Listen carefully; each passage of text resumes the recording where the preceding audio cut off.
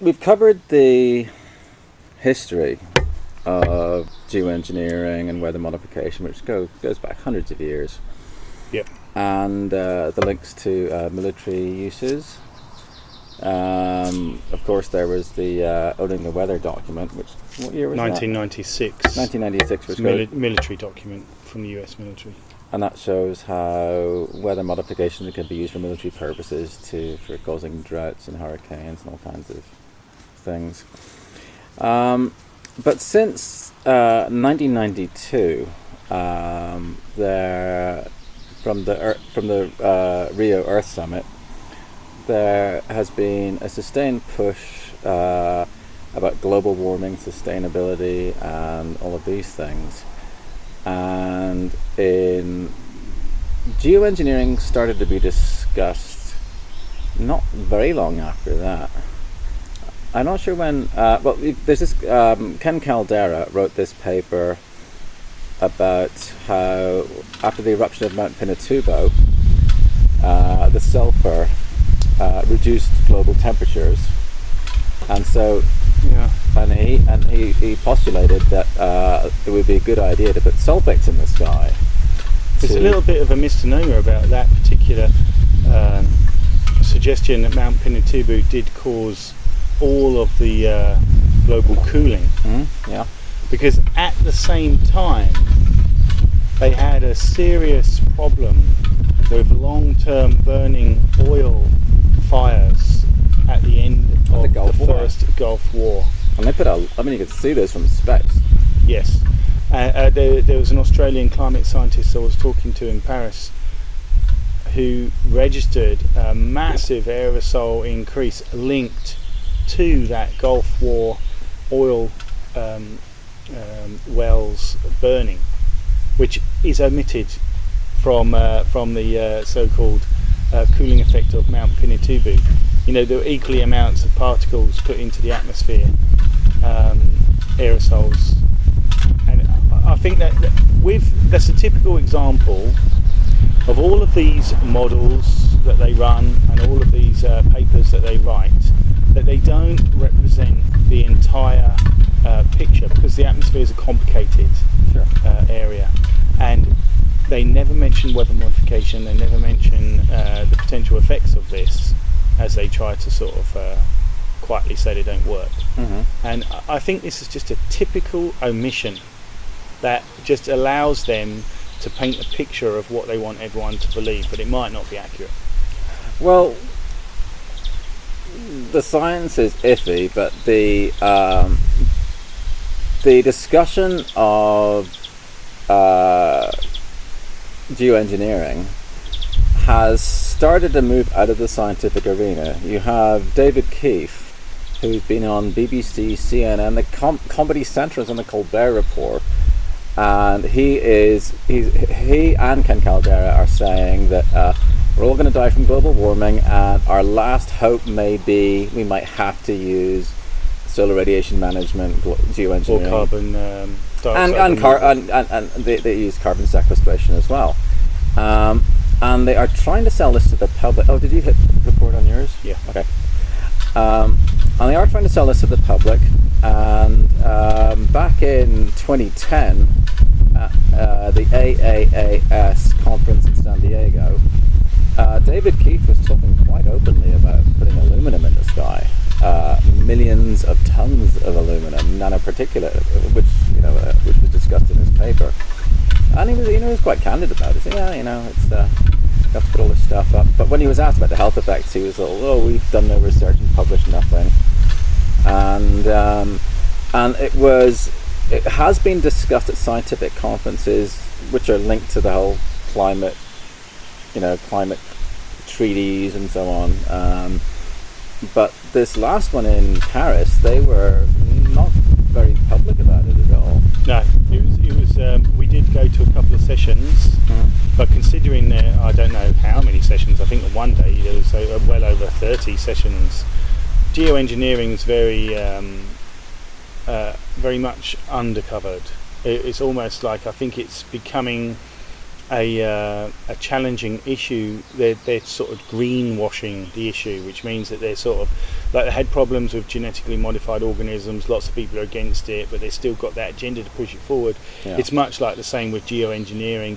They realise it's going to be a very unpopular deployment. If there's an already growing opposition, and I think they recognise that they have to tread carefully, and they seem to be focusing more on the carbon removal and the shift in the way society operates to reduce the amount of carbon, which of course you have to look at people like Ken Caldeira and David Keefe. They have financial interests in the carbon removal industry. Sure. Like David Keefe has a company set up, funded, one of his partners is Bill Gates, and he is financially going to benefit enormously if these carbon removal technologies were implemented. And I have to say that the infrastructure necessary for this carbon removal infrastructure, this technology to work, to actually have an effect,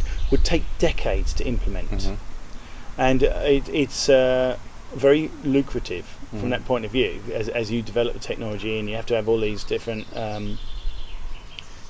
installations around the world to remove this carbon dioxide and then sequester it under the ground. And we should also remind people this is a negligible, a trace gas with negligible effect on global temperatures. Yeah, it's absolutely deplorable that CO2 should be demonised as a pollutant and as the main driving force of climate, when there is no real evidence that can confirm. There may be repeatable experiments, but they're hardly ever talked about. I'm not even aware of any repeatable experiments that can clearly prove that CO2 is a driving force in climate change. Well, talk about the temperature drop post World War II. I mean, industry went up and industry increased, carbon dioxide emissions increased, and temperatures went down. And in the 30s, massive heat waves when there was hardly according to the EPA, the US EPA, Environmental Protection Agency, they still have up on their website the graphs for the hottest period of the 20th century, and the hottest decade was the 1930s. The Dust Bowl. Yeah, Hollywood Dust Bowls, and it created a lot of havoc. And displaced a lot of people, and it's kind of downplayed by these people that want to rely on Michael Mann's hockey stick, for example, where they want to show the temperature as having an increase and then a sudden boost, like the kickoff to make the hockey stick shape. That actually doesn't stand up with observed data, the real data on the ground, historical data recorded in newspapers. If we're always reminded it's the hottest week, month, year ever, and the UK Met Office has admitted that there's global warming supposedly stopped back in the late 90s. Yeah, well, it's an interesting one, isn't it? Because up until the 1970s, during the mid 70s, a lot of scientists started saying we were going to get an ice age. Yeah. But the CO2 production into the atmosphere at that time was still increasing, and they were concerned about an ice age. So, some major sort of scientists of the day have even changed their tack and are now saying, "Oh, it's global warming." Oh, the same people who were talking, Yeah. like John P. Holdren was talking about an ice age. Now he's talking about global warming. Yeah, he's the science advisor to the US the one who administration. wanted to covertly sterilise the population. Bless him. He is a eugenicist. Yeah. In fact, eugenicism seems to be a recurring theme with the whole climate agenda 21 issue. But without digressing too much, it's clear that if anyone actually looks at observed data with temperatures and the observed data for CO2 measurements around the world, there is not the statistical graphs which have been produced. There is not the correlation with the actual observed data, which is part of the whole homogenization of data. That this whole scandal that NASA and NOAA have homogenized data.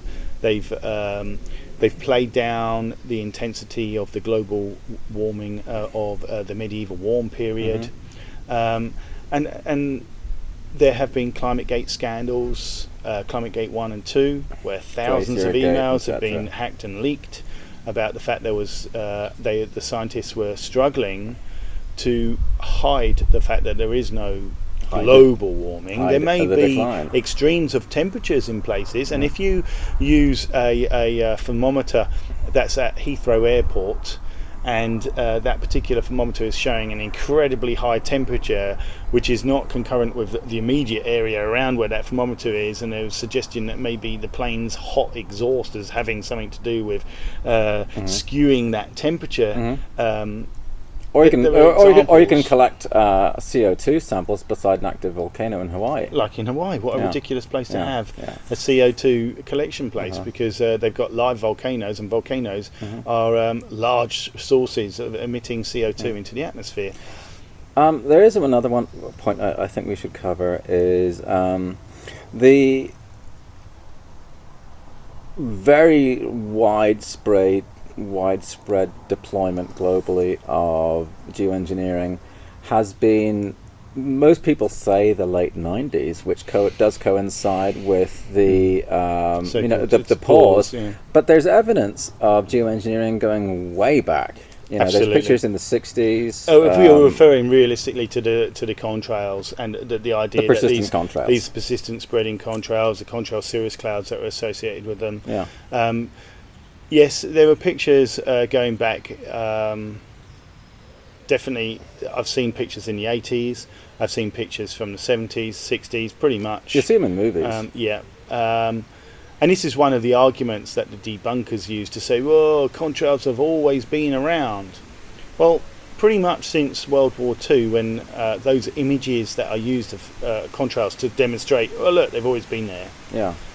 Those very pictures often are depicting planes that are using anti-detonation injection technology, that's injecting water and methanol into the engine to increase the power of the engine for emergency war power. So when you'd be engaging over enemy territory, i.e. doing your bombing run or dogfights, when fighters might be coming to intercept you, you want as much power as they might have. And the Germans were using not only water methanol injection, but also using nitrous oxide to get that extra boost for that extra vital bit of power or whatever. Which will leave aerosols, which attract... By injecting water into the engine, you're creating steam. It's water. And as I said, with that 1951 pattern using a weather modification process by injecting ionized water, like chemically ionized with sodium chloride, potassium chloride and others, into the exhaust plume or into the engine, you are creating steam. You're changing the particles, the polarity of these ice crystals and the condensation. The ions are affecting it, and basically you're creating condensation nuclei, so you will get trails. And it's a well-known fact. Water methanol injection is still used today in cars, drag racing cars, and there's white flumes coming out of it. So this is a natural effect of injecting water methanol. So these planes were using it. Later, other military planes following the Second World War were using water injection. Even jets were using it, like Boeing 707s. Concorde was using it. Concorde would use the water injection to take them up to maximum speed because of the extra power they could get. So you would see long plumes from Concorde, and these might spread out and start being inadvertently used for weather modification. So I think that the whole idea that it just started in 1997, what we're really talking about is the developing program went up another phase. And I think that's the reality of it. And if we look into studies like current studies or recent studies by atmospheric scientists such as Olivier Boucher from France, he has indicated that contrail cirrus clouds, which are the clouds that develop from contrails, they are responsible for more heating than all the CO2 that comes from the planes. And of course they are using an awful lot of fuel, there's a lot of CO2 Sure, going in the yeah. atmosphere. And basically he's indicating that actually no, the global warming from planes is coming from the development of these contrails and contrail cirrus clouds. Which comes from, it doesn't come from the combustion product. The combustion No. product is carbon dioxide and water vapor, which is a gas. And It comes from the particulate/aerosols that Yes. are injected into the exhaust plume. Yeah, or as a consequence of the combustion. I think it's a combination. I mean, there are many patents to indicate that they will actually inject particulate matter. Oh, they water can gases, include it in the fuel. It's. I mean, you've got sulfur in the fuel, Yeah. and sulfur acts as a cloud condensation nuclei and helps to create cloud cover. Sure. You've got the soot, which is carbon black, and that Although will heat up. there will the actual soot itself would be pretty low because the commercial airliners do not want to waste fuel, and soot is a sign of inefficient combustion. So there would be very little of that, I would imagine. Well, But- maybe, but I think or there should be strategic less of it locations- as technology improves. But I mean, with the volume of air traffic now, I would say that air traffic has increased considerably in the United States in the 1980s and in Europe in the 1990s, and this is owing to the deregulation of the aviation industry. This paved the way for lots of new private airlines or commercial airline use rather than national carriers, and this really gave a massive increase, which is adding to the contrail cirrus clouds. The whole thing about making clouds in the atmosphere and affecting climate can be confirmed by some rare instances when planes were grounded. This would be following 9/11. All the planes in the United States were grounded. In 2010, Iceland. the UK, all the planes were grounded. And That was from- yeah, that it was was from- Iceland from volcanic eruption there. And there was a similar incident in Australia, but I don't remember the dates. But basically what happened was when the planes were grounded, almost immediately the clouds started to dissipate, the sky became blue, Darker blue. darker blue, like older people would remember from their childhood. And there was the very rare confirmation that with no planes flying, the sky will clear up. And that would mean that you're not getting the heat trapped in by clouds. Yeah. Oh, 2 minutes. Okay.